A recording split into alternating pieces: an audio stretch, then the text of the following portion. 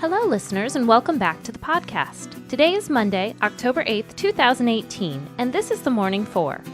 I'm your host, Katie Parsons, and I am ready to get my week started with some positivity and some fun.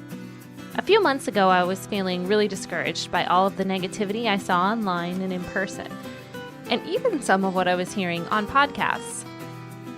I know that life isn't all roses and sunshine all the time, but I set out to add at least a little bit of something deliberately positive to my own life. The Morning 4 is my way to do that for myself and for my listeners. So thank you for being part of this journey with me. Today, like every day, we will start with 3 interesting tidbits and wrap up the show with an affirmation with a twist.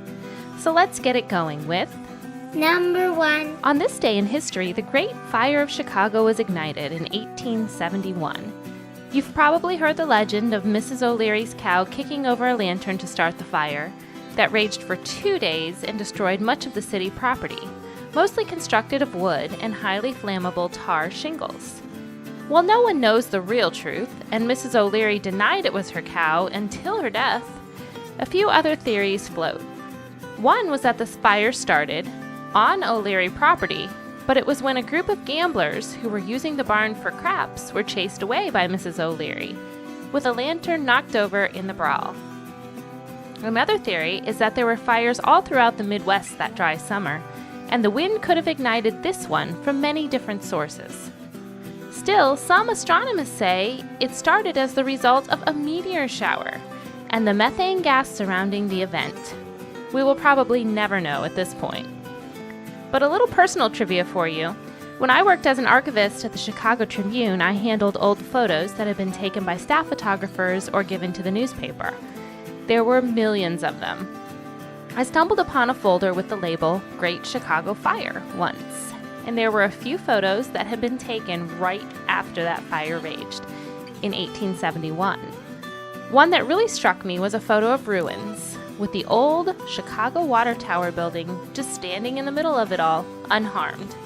That building still stands today in the center of the Magnificent Mile and is typically panned in movies starring the Windy City. It was one of the few buildings at the time not made of wood and remains standing today. Number 2.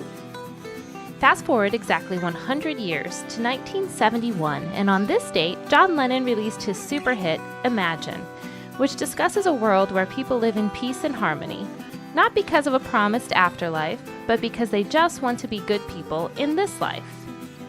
Imagine there's no heaven. It's easy if you try. No hell below us. Above us, only sky. Imagine all the people living for today.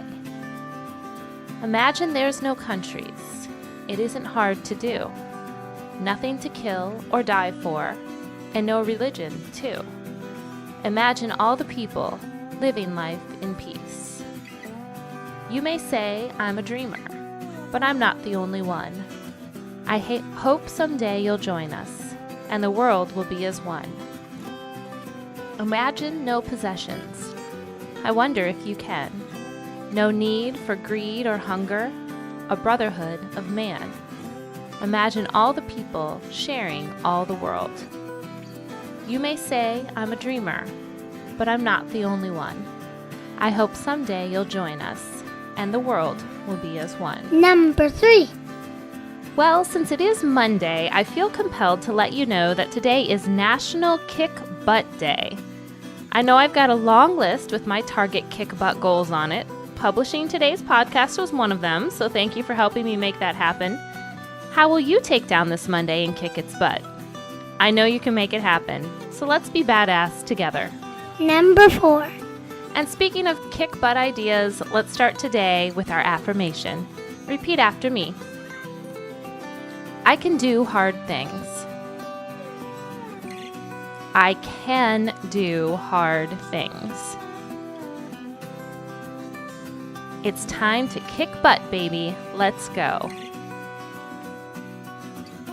That's all for today's podcast. Head to morning4.com to see today's video pick, and I'll see you back here again tomorrow.